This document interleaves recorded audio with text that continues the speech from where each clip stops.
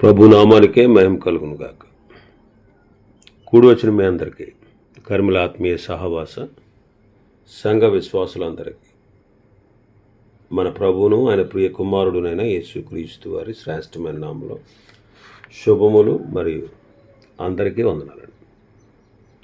యెహెజ్కేలు గ్రంథం 40వ అధ్యాయాన్ని మనం ధ్యానం చేసుకుంటున్నాం. యెహెజ్కేలు గ్రంథం 40వ అధ్యాయం.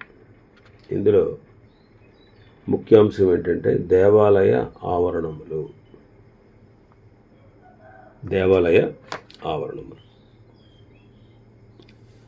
గత దినం 4 వచనాలు మనం ధ్యానం చేసుకున్నాం. 5వ వచనం నుంచి 16వ వచనం వరకు మనం చూస్తే తూర్పు గుమ్మము గూర్చి రాయబడి ఉంది. ఈ అధ్యాయాలు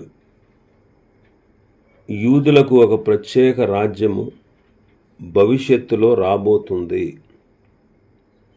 అని తెలియజేయడం కొరకే.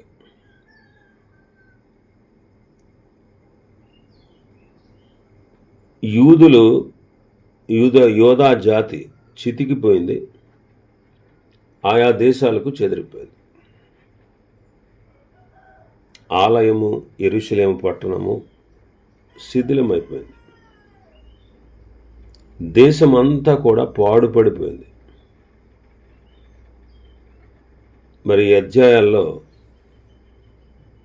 ఆ ప్రజలు తిరిగి వస్తారని,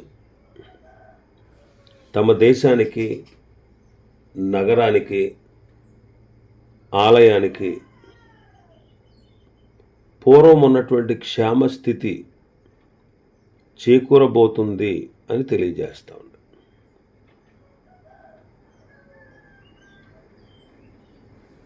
ఐదవ వచనం, నేను చూడగా నలుదిశల మందిరము చుట్టూ ప్రాకారముండెను, మరియు ఆ మనుషుని చేతిలో 6 మూరల కొలకర్ర ఉండెను. ప్రతి మూర మూరెడు బెత్తెడు నిడివి గలది. ఆయన కట్టడమును కొలవగా దాని వెడల్పును దాని ఎత్తును 1.5 తేలిను.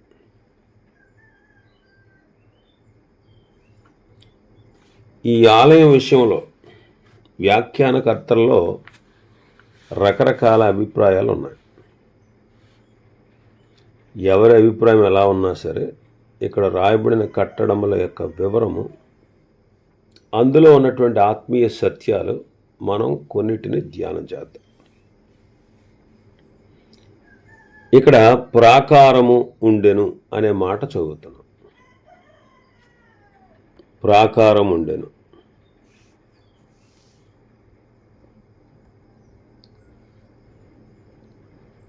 ప్రాకారము అనే మాట మనకు కనిపిస్తూ ఉంది. యెషయా భక్తుడు యెషయా గ్రంథం 26:1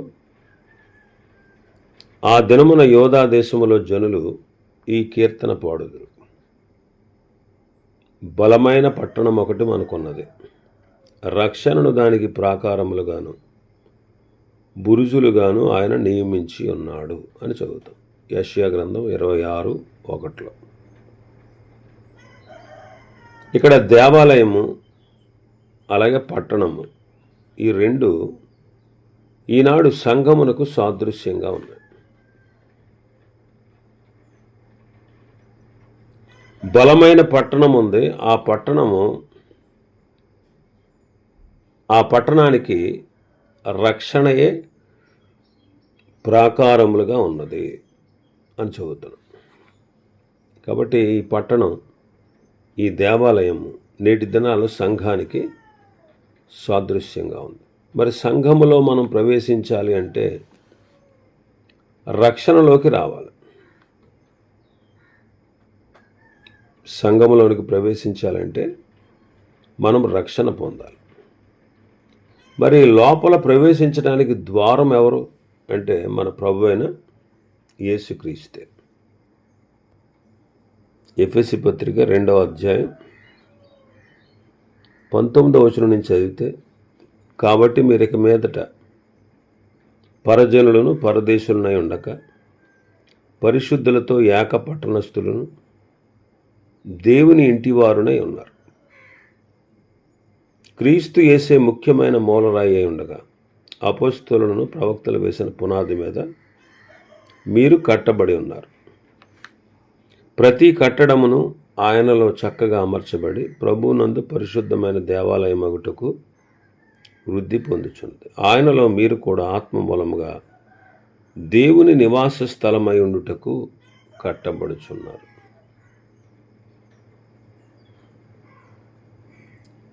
ఇంకా ద్వారం ఎవరంటే మన ప్రభు అయిన యేసుక్రీస్తే. యోహాను సువార్త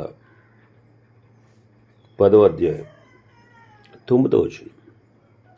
నేనే ద్వారమును, నా ద్వారా ఎవడైనా లోపల ప్రవేశించిన ఎడల వాడు రక్షింపబడిన వాడే లోపలికి పోవచ్చు, బయటికి వచ్చుచు మేత మేయిచు ఉండును అంటారు. కాబట్టి ప్రాకారము రక్షణను, భద్రతను, ప్రత్యేకతను చూపిస్తూ ఉంది.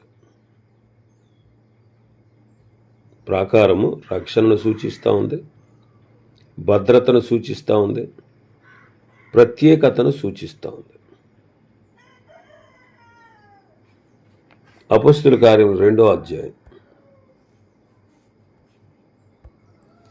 40వ వచనం నుంచి, ఇంకనూ అనేక విధమైన మాటలతో సాక్ష్యం ఇచ్చి మీరు మూర్ఖులకు ఈ తరం వారికి వేరై రక్షణ పొందుడి అని వారిని హెచ్చరించాను. కాబట్టి అతని వాక్యమును అంగీకరించిన వారు బాప్తీసం పొందిరి. ఇంచుమించు 3,000 మంది చేర్చబడ్డారు.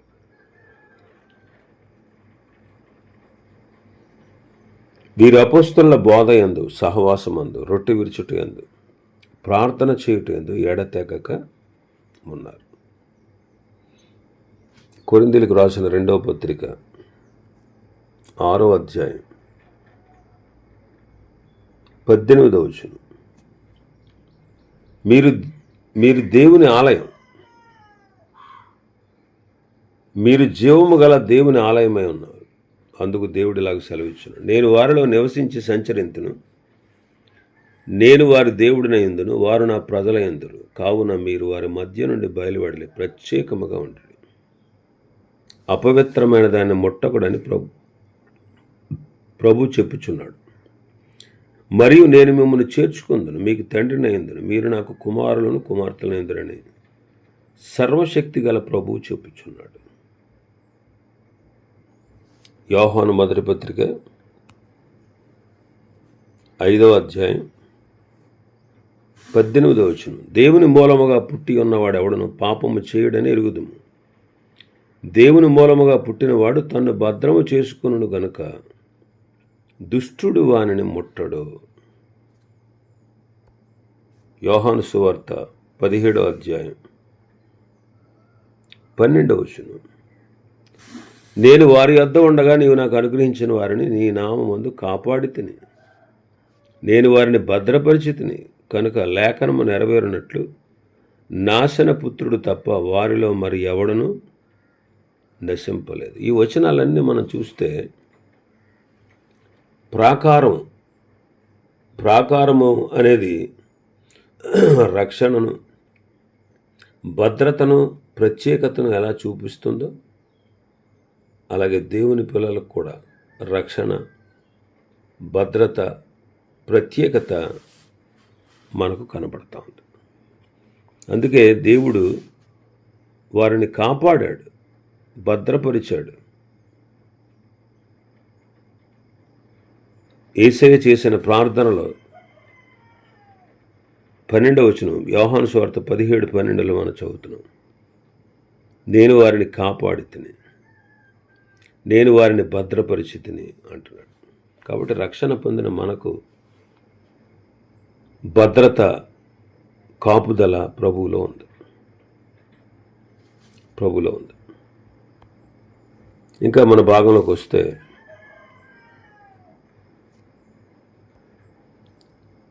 ఆ మనుషుని చేతిలో 5వ వచనం, ఆ మనుషుని చేతిలో 6 మూరల కొలకర్ర ఉండెను.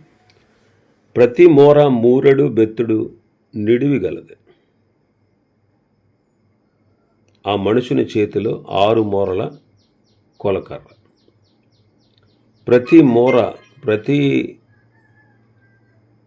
మూర కూడా 3 బెత్తుడు నిడివి గలది. 6 బెత్తులు కలిస్తే ఒక మూర అవుతుంది. అంటే ఆ కొలకర్ర 7 మూరలు పొడవన్నమాట. 7 అనేది సంపూర్ణతను సూచిస్తూ ఉంది. 7 అనేది సంపూర్ణతను సూచిస్తూ ఉంది. సంఘములో ఉన్నటువంటి దేవుని పిల్లలు సంపూర్ణతలోనికి రావాలి, ఎదగాలి. మనం సంపూర్ణులం అవ్వాలనేది దేవుని యొక్క ఉద్దేశం. ఎఫెసీ పత్రిక 4వ అధ్యాయం 11వ వచనం నుంచి మనం చూస్తే, మనమందరము విశ్వాస విషయంలోను దేవుని కుమారుని గూర్చిన జ్ఞానం విషయంలోను ఏకత్వం పొంది సంపూర్ణ పురుషుల మగు వరకు, అనగా క్రీస్తునకు కలిగిన సంపూర్ణతకు సమానమైన సంపూర్ణత కలవారు మగు వరకు ఆయన ఎలాగూ నియమించాను.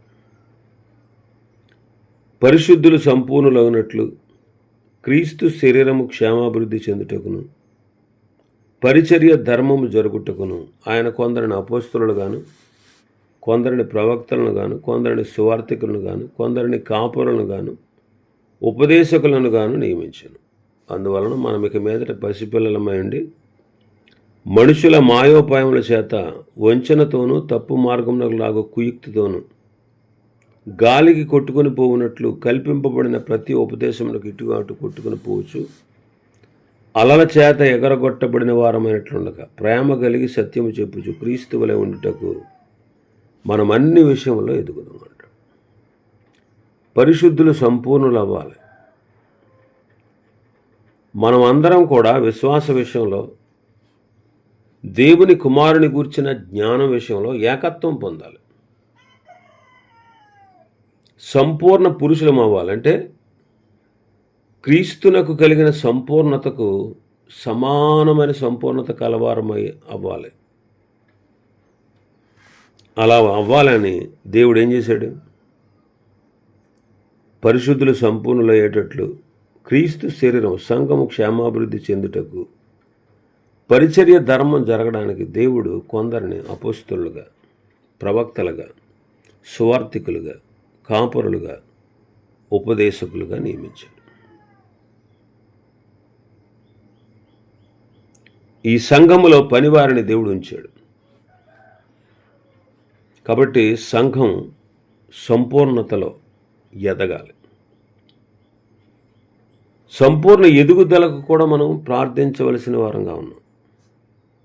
అందుకే కొలసీ పత్రిక 1వ అధ్యాయం 9వ వచనం నుంచి చూస్తే, అందుచేత ఈ సంగతి వినిన నాట నుండి మేమును మీ నిమిత్తం ప్రార్థన చేయటం మానక మీరు సంపూర్ణ జ్ఞానము ఆత్మ సంబంధమైన వివేకము కలవారవ్వాలని, ఆయన చిత్తాన్ని సంపూర్ణంగా గ్రహించాలని, ప్రతి సత్కార్యములో సఫలం అవ్వాలని, దేవుని విషయమైన జ్ఞానమందు అభివృద్ధి పొందుచు అన్ని విషయాల్లో ప్రభువును సంతోషపెట్టినట్లు ఆయనకి తగిన వారుగా నడవాలని, ఆనందముతో కూడిన పరిపూర్ణమైన ఓర్పును దీర్ఘశాంతమును కనుపరుచినట్లు ఆయన మహిమ శక్తిని బట్టి సంపూర్ణ బలముతో బలపరచబడాలని, తేజోవాసుల పరిశుద్ధుల స్వాస్థ్యంలో పాలువారమొకటకు మనల్ని పాత్రులుగా చేసిన తండ్రికి మీరు కృతజ్ఞతాస్తుతులు చెల్లింపవలనని దేవుని బతిమాలు కొనుచున్నాను అంటాడు. దేవుని బతిమాలు కొనుచున్నాను. కాబట్టి వారి ఎదుగుదల కొరకు, వారి పరిపూర్ణత కొరకు వారి ఆనాటి అపోస్తలులు ప్రార్థించారు. కాబట్టి సంపూర్ణ ఎదుగుదల కొరకు మనం కూడా ప్రార్థించవలసిన వారంగా ఉన్నాం. ఇంకా మన భాగంలోకి వస్తే, ఆయన కట్టడమును కొలవగా దాని వెడల్పును దాని ఎత్తును 12.5 తేలెను అంటాడు. ప్రాకారము చుట్టుకొలత 2000 బారలు. అయితే ఇది దేవుని యొక్క సంపూర్ణ మహిమను చూపిస్తూ ఉంది. ఈ కొలతలలో మనం ఎక్కువగా బారన్నర అనే మాట చదువుతాం. 7 మూరల కొలత అనేక స్థలాల్లో కనబడుతూ ఉంది. బారన్నర అంటే 7 మూరలు. బారన్నర అంటే చదువుదాం ఒకసారి. అతడు తూర్పు తట్టునున్న గుమ్మమునకు వచ్చి దాని సోపానం మీదకెక్కి గుమ్మపు గడపను కొలవగా దాని వెడల్పు అనగా మొదటి గడప వెడల్పు 12.5 తేలిన. మరి కావలి గది నిడివియు వెడల్పును 12.5. కావలి గదులకు మధ్య 5 మూరల ఎడమ ఉండెను. గుమ్మముల యొక్క ద్వారపు పక్కకును మందిరమునకు 12.5 ఎడము. గుమ్మము ద్వారమునకు మందిరమునకు మధ్య కొలవగా 12.5 తేలిను. గుమ్మము ద్వారము కొలగా అది 8 మూరలై ఉండెను. దాని స్తంభములు 2 మూరలు. అవి గుమ్మపు ద్వారపు మందిరపు దిక్కుగా చూచుండెను. తూర్పు గుమ్మపు ద్వారము యొక్క కావలి గదులు ఇటు 3 అటు 3 ఉండెను. 3 గదులకు కొలత ఒకటే, మరియు 2 పక్కలనున్న స్తంభములకు కొలత ఒకటే. ఆయా గుమ్మముల వాకిండ్లు కొలవగా వాటి వెడల్పు 10 మూరలు, నిడివి 13 మూరలు తేలిను. కావలి గదుల ముందల 3 ఎత్తుగల గోడ ఇరుపక్కల ఉండెను. ఆ ప్రక్కన ఈ ప్రక్కన 3 ఎత్తుగల గోడ ఉండెను. గదులైతే ఇరుపక్కల 6 మూరలు ఎత్తుగలవి. ఒక గది కప్పు నుండి రెండవ దాని కప్పు వరకు గుమ్మములను కొలవగా 25 మూరలు వెడల్పు తేలిను. 2 వాకిండ్ల మధ్య గోడకు అదే కొలత. 60 మూరలు ఎడమగా ఒక్కొక్క స్తంభం నిలవబెట్టబడింది. గుమ్మము చుట్టూనున్న ఆవరణము స్తంభముల వరకు వ్యాపించాను. బయట గుమ్మము వద్ద నుండి లోపల గుమ్మపు ద్వారం వరకు 50 మూరలు. కావలి గదులకు గుమ్మములకు లోపల వాటి మధ్యగానున్న గోడలకు ప్రక్క గదులకు కమ్ములు పెట్టబడి కిటికీలుండెను. గోడలోని స్తంభములకు కిటికీలుండెను. ప్రతి స్తంభం మీదను ఖర్జూరపు చెట్లు రూపింపబడి ఉండెను. ఇక్కడ తూర్పు తట్టునున్నటువంటి గుమ్మాన్ని కొలిచారు. 10వ వచనం. తూర్పు గుమ్మము ద్వారము యొక్క అంటున్నాడు. ఇక్కడ తూర్పు తట్టునున్న గుమ్మానికి వచ్చి దాని మెట్ల మీదకెక్కి గుమ్మము గడపను కొలవగా దాని వెడల్పు అనగా మొదటి గడ వెడల్పు 12.5 అని తేలెను అని మనం చదువుతున్నాం. తూర్పు గుమ్మము తూర్పు అనేది మంచి భావంతో కూడింది. దేవుని యొక్క ప్రభావం దానిలో నుండి పుట్టినటువంటి విస్తారమైనటువంటి జలముల ధ్వని వలె ఉంది. 43వ అధ్యాయంలో మనం చూస్తాం. 43వ అధ్యాయం 1-2 వచనాల్లో మనం చూస్తాం. తర్వాత అతడు తూర్పు తట్టు చూచి గుమ్మమునకున్న నన్ను తోడుకుని రాగా ఇశ్రాయేలుల దేవుని ప్రభావం తూర్పు దిక్కున కనబడను. దాని నుండి పుట్టిన ధ్వని విస్తార జలముల ధ్వని వలె ఉండెను. ఆయన ప్రకాశము చేత భూమి ప్రజ్వరిల్లెను. తూర్పు ప్రకాశించేటువంటి దిక్కు.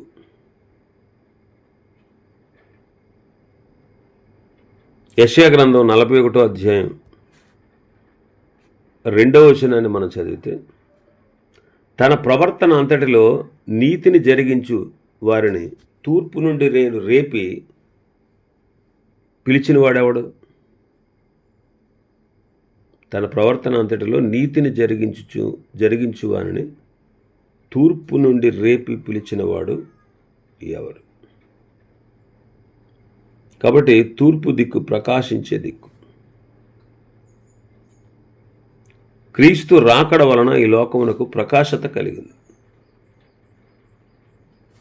క్రీస్తు రాకడ వలన ఈ లోకానికి వెలుగు కలిగింది. అందుకే ప్రభువైన యేసుక్రీస్తు వారు ఏమన్నారు? నేను లోకమునకు వెలుగును, నన్ను వెంబడించేవాడు చీకటిలో నడవక జీవపు వెలుగు కలిగి ఉండును అని చెప్తారు. కాబట్టి ఈ మందిరమునకు 2 ప్రాకారాలు ఉన్నట్లు, 6 గుమ్మములు ఉన్నట్లు, మందిరముతో కలుపుకుని ముఖ్యమైన 7 గుమ్మములు ఉన్నట్లు మనం ఈ అధ్యాయంలో చూస్తాం. వాటి వివరాలు తర్వాత వస్తాయి. యెషయా గ్రంథంలో చెప్పబడినట్టు రక్షణయే నీకు ప్రాకారమని, ప్రఖ్యాతియే నీ గుమ్మములని మీరు చెప్పుకుంటారు అంటాడు. యెషయా గ్రంథం 60వ అధ్యాయం 18వ వచనంలో. ప్రఖ్యాతి అంటే మంచి పేరు. మంచి పేరు ఎలా వస్తుంది? సామెతల గ్రంథకర్త అంటాడు, దయను సత్యమును ఎన్నడూ విడిచిపెట్టి పోను, అప్పుడు దేవుని దృష్టి యందు మనుషుల దృష్టి యందు నీవు దయనుంది మంచివాడు అనిపించుకుంటావు అంటున్నాడు. కాబట్టి గుమ్మములు ప్రఖ్యాతి, మంచి పేరు సూచనగా ఉన్నాయి. అలాగే దేవుని పిల్లలు మంచి పేరు పొందిన వారుగా ఉండాలి. అపోస్తుల కార్యములు 16వ అధ్యాయం మొదటి నుంచి మనం చదివితే, పౌలు దెర్బేకు లుస్త్రకు వచ్చాను. అక్కడ తిమోతి అని ఒక శిష్యుడు ఉండేను. అతడు విశ్వసించిన ఒక యూదురాలి కుమారుడు. అతని తండ్రి గ్రీసు దేశస్థుడు. అతడు లుస్త్రలోను ఈకోనిలోను ఉన్న సహోదరుల వల్ల మంచి పేరు పొందినవాడు. అతడు తనతో కూడా బయలుదేరి రావాలని పౌలు కోరి, అతని తండ్రి గ్రీసు దేశస్థులని ఆ ప్రదేశంలోని యూదులందరికీ తెలియను గనుక వారిని బట్టి అతను తీసుకొని సున్నతి చేయించాడు. తిమోతి మంచి పేరు పొందినటువంటి వాడు. అతడు లుస్త్రలోను ఈకోనియలోను ఉన్న సహోదరుల వలన మంచి పేరు పొందినవాడు. కాబట్టి ప్రఖ్యాతి, గుమ్మములకు ప్రఖ్యాతి ఆపాదిస్తున్నాడు.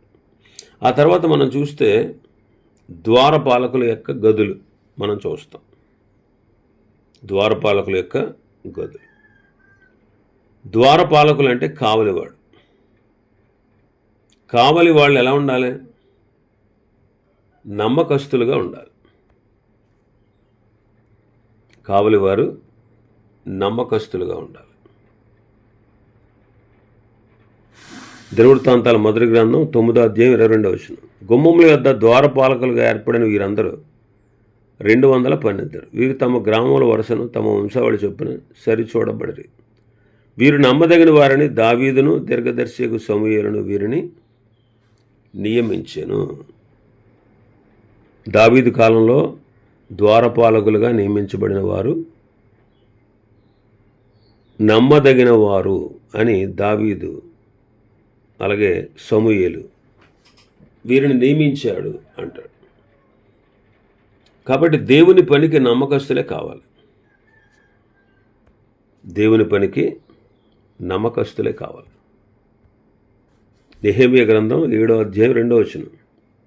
నా సహోదరుడైన హనానీకిని కోటకు అధిపతి అయిన హనన్యాకును యెరూషలేము పైన అధికారం ఇచ్చితిని. హనన్యా నమ్మకమైన మనుష్యుడు.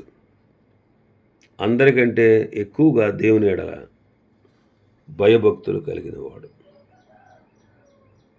హనన్యా నమ్మకమైనటువంటి మనుషుడు. కాబట్టి సంఘములో కూడా పనివారు నమ్మకముగా ఉండాలి.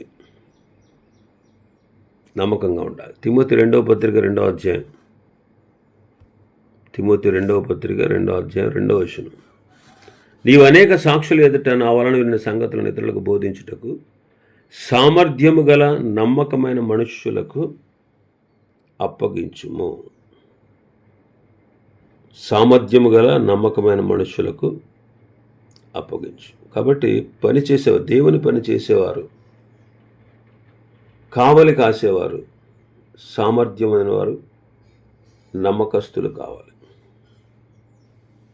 నమ్మకస్తులు కావాలి. ఈ కావలి వారి గదులన్నీ కూడా ఒకే కొలత. ఈ గదులన్నిటికీ కిటికీలు ఉన్నాయి. ఆ కిటికీల ద్వారా లోపలికి వెలుగు వస్తుంది. కాబట్టి మన భాగంలోకి వస్తే 16వ వచనం. 16వ వచనాన్ని మనం చూస్తే ఆఖరి లైన్లో, ప్రతి స్తంభము మీదను ఖర్జూరపు చెట్లు రూపింపబడి ఉండెను. అక్కడ స్తంభాలను కావలి వారికి గదులున్నాయి. గదుల ముందు ఆవరణం ఉంది. ఆవరణం స్తంభాల మీద నిలపబడింది. ఆ స్తంభముల మీద ఖర్జూరపు చెట్లు రూపించబడ్డాయి అంటారు. ఖర్జూరపు చెట్లు నీతిమంతులను సూచిస్తూ ఉన్నాయి. నీతిమంతులు ఖర్జూర వృక్షం వలె మొవ్వ వేస్తారు. వారు చక్కగా ఎదుగుతారు. వారి దేవుడు యథార్థవంతుడని ప్రసిద్ధి చేస్తారు. కాబట్టి ఖర్జూరపు చెట్లు నీతిమంతులను సూచిస్తూ ఉన్నాయి. నీతి అనే దాన్ని మనం పరిశుద్ధ గ్రంథంలో మనం చూడవచ్చు. ఎలాగ మనం నీతిమంతులుగా అవుతాం అంటే ప్రభువైన యేసుక్రీస్తునందు విశ్వాసం ఉంచుట ద్వారా మాత్రమే ఉచితంగా మనం నీతిమంతులుగా తీర్చబడతాం. నీతిమంతుడు అని దేవుని దృష్టిలో అర్థం ఏంటంటే వీడు పుట్టిన దగ్గర నుంచి చచ్చేంత వరకు ఏ విధమైన పాపం చేయనివాడు అని అర్థం. అలా ఎంచుతాడు ప్రభు. ఎవరిని ఎంచుతాడు? దేశంలో ప్రపంచంలో ఉన్న అందరినీ కాదు, ఆయన యందు విశ్వాసం ఉంచిన వారిని మాత్రమే. రెండవది, మనం విశ్వసించాం కాబట్టి మన ప్రవర్తనలో నీతి ఉండాలి, పాపం చేయకుండా ఉండాలి. మనం రక్షణ పొందాం కాబట్టి, విశ్వసించి నీతిమంతులుగా తీర్చబడ్డాం కాబట్టి, నీతిమంతులుగా మార్చబడుటకు మనం మన ప్రవర్తనలో నీతిని కలిగి ఉండాలి. పాపము చేయకూడదు. దేవుని మూలముగా పుట్టినవాడు పాపము చెయ్యడు. కాబట్టి మనం నీతిగా తీర్చబడ్డాం కాబట్టి నీతిమంతులుగా మార్చబడుట కొరకు మనం జీవితకాలం అంతా ప్రయాసపడాలి. మన క్రియలలో, మన నడవడికలో ఏ విధమైన పాపం లేకుండా నీతిగా జీవించాలి. మూడవది, ప్రకటించాలి, నీతిని ప్రకటించాలి. నోవహు నీతిని ప్రకటించాడు, తీర్పును గూర్చి ప్రకటించాడు, నీతిని గూర్చి ప్రకటించాడు. మీరు దేవునితో ఏకమవ్వండి, దేవుణ్ణి మీరు అంగీకరించండి, మీరు పాపులని గుర్తించండి, మారు మనసు పొంది దేవుని వద్దకు రండి అని నీతిని కూడా ప్రకటించాడు. కాబట్టి మనం కూడా నీతిని ప్రకటించాలి, నీతిని ప్రకటించాలి. ఇంకా చాలా విషయాలు ఈ అధ్యాయంలో ఉన్నాయి. ప్రభు చిత్తమైతే రేపటి దినం మరికొన్ని విషయాలు మనం ధ్యానం చేసుకుందాం. దేవుడి వర్తమాన వాక్యాన్ని మన వినికిడిలో ఆశీర్వదించును గాక. ఆమేన్.